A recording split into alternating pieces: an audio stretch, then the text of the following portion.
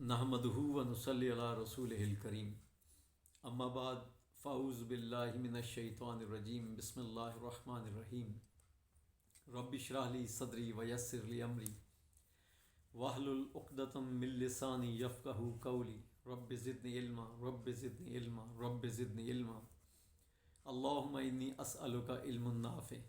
السلام علیکم ورحمۃ اللہ وبرکاتہ۔ آج اقبال رحمۃ اللہ علیہ کے اسرار خودی میں ایک انتہائی خوبصورت کلیکشن۔ اقبال رحمۃ اللہ علیہ نے ایک فرضی کیریکٹر میر نجات نقشبند کے نام سے، جن کو بابا صحرائی بھی کہا جاتا ہے، ان کے الفاظ میں امت مسلمہ اور جو بالخصوص جو بر ذخیر کے لوگ تھے مسلمان، ان کے لیے کچھ نصیحتیں، کچھ مشورے ان کے زبان سے آپ نے پہنچانے کی کوشش کی۔ تو یہاں ویسے ہی ایک مشورہ جس میں آپ فرماتے ہیں کہ چوں خبردارم ز ساز زندگی، باتو گویم چیست راز زندگی۔ آپ فرماتے ہیں کہ میں کیونکہ زندگی کے ساز کو سمجھتا ہوں، زندگی کے رازوں کو جانتا ہوں، زندگی کے رازوں سے آشنا ہوں، تو میں تمہیں بتاتا ہوں کہ زندگی کا بھید کیا ہے، زندگی کا راز کیا ہے۔ غوطہ در خود صورت گوہر زدن، پست ز خلوت گاہے خود سر بر زدن۔ آپ فرماتے ہیں کہ زندگی کا بھید ہے کہ موتی کی مانند اپنے اندر غوطہ لگاؤ، اپنی خودی کو پہچانو، اپنے آپ کو پہچانو۔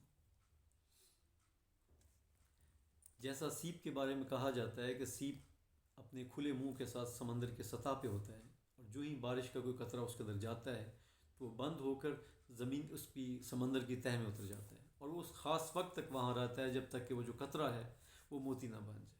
تو اس میں اسی طرف اشارہ ہے کہ تم اپنے اندر غوطہ لگاؤ اور اس وقت تک خلوت میں رہو کہ جب تک کہ تمہارا جو اندر ہے وہ موتی نہ بن جائے، اور جب وہ پوزیشن بن جائے تو اس وقت تو اپنے خلوت گاہ سے منہ کو باہر نکالنا، پھر تم باہر نظر آنا۔ خانہ سوز محنت چل سالشو، توف خود کن شعلہ جوالشو۔ آپ فرماتے ہیں کہ تم اپنی 40 سالہ جو محنت کا گھر ہے نا، اس کو پھونک ڈالو، اس کو آگ لگا دو، اس کو ایک دفعہ لپیٹ کر ایک طرف رکھ دو، اور توف خود یعنی اور اپنے گرد چکر لگاؤ، اپنے گرد طواف کرو، اپنے گرد گھومو، اور تمہارے اندر جو ایک شعلہ چھپا ہوا ہے، جو چمک چھپی ہوئی ہے، اس کو باہر نکالو، اس کو اعلیٰ بنا دو۔ زندگی از طوف دیگر رستن است، خویش را بیت الحرم دانستن است۔ آپ فرماتے ہیں کہ زندگی جو ہے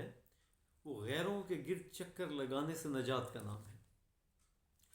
تم اپنے اندر یا اپنے آپ کو حرم کیوں نہیں بنا لیتے، اتنا پاکیزہ کیوں نہیں کر لگتے کہ لوگ تم سے فیض حاصل کریں۔ اب یہاں ایک بڑا خوبصورت نقطہ ہے کہ اس وقت کے مسلمانان اور آج کل بھی ہم مغرب سے بہت مروب ہیں، تو یہاں ایگزیکٹ اس زمانے میں بھی اور آج بھی کہ ہم مغربی فلسفے سے متاثر ہو کر، ان سے انسپائر ہو کے انہی کی نکالی میں مصروف ہیں، بجائے اس کے جو ہمارے اندر جو ایک چمک اور ایک جو روشنی اور ایک جو علم و حکمت کے خزانے چھپے ہوتے ہیں مسلمانوں میں، تو آپ فرماتے ہیں کہ اس کو کیوں نہیں تم باہر نکالتے، تاکہ بجائے تم لوگوں غیروں کے فلسفوں سے متاثر ہوتے پھر رہے ہو، تو اپنے اندر اتنا اجالا پیدا کرو کہ وہ لوگ غیر تمہارے گرد چکر حاصل کریں اور تم سے علم حاصل کریں، تم سے فیض حاصل کریں۔ آگے پھر ایک بڑا خوبصورت مشورہ، اے کہ باشی در پے کسب علوم، باتمی گویم پیا میں پیر روم۔ کہ اے وہ شخص، اے طالب علم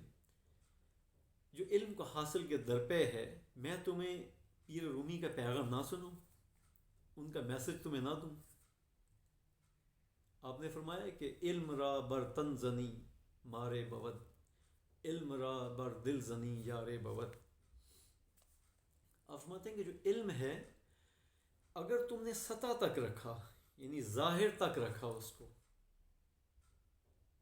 تو تمہارے لیے ایک سانپ کی مانند ہے، اور اگر اس علم سے تم نے اپنے دل کو آباد کر لیا، دل کو منور کر لیا، تو وہی جو علم تھا وہ تمہارے لیے ایک بہترین ساتھی اور سازگار بن جائے گا۔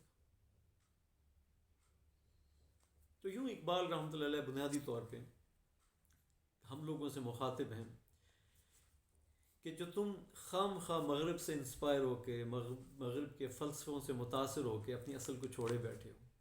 تمہارے تو اندر ایک علاؤ روشن ہے، تم تو خود علم و حکمت کے منبع تھے، تم اس کو اجاگر کر کے کیوں نہیں دنیا کو لیڈ کرتے، دنیا کے لیے ایک رہنمائی فراہم کرتے، اور بس سطحی علم میں الجھ کر، سطحی مسائل کے اندر الجھ کر تم اپنی حقیقتوں سے غافل ہو گئے۔ اللہ کریم ہمیں بھی کوئی کامل رہنما عطا فرما کر وہ علم جو جن سے ہمارے دماغ منور ہیں ان سے ہمارے سینوں کو منور فرمائے، اور ہمیں بھی زندگی کے ان سازوں سے آگاہی حاصل ہو جس کے سبب انسان معرفت الہی کا حقدار بنتا ہے۔ وآخر دعوانا ان الحمد للہ رب العالمین۔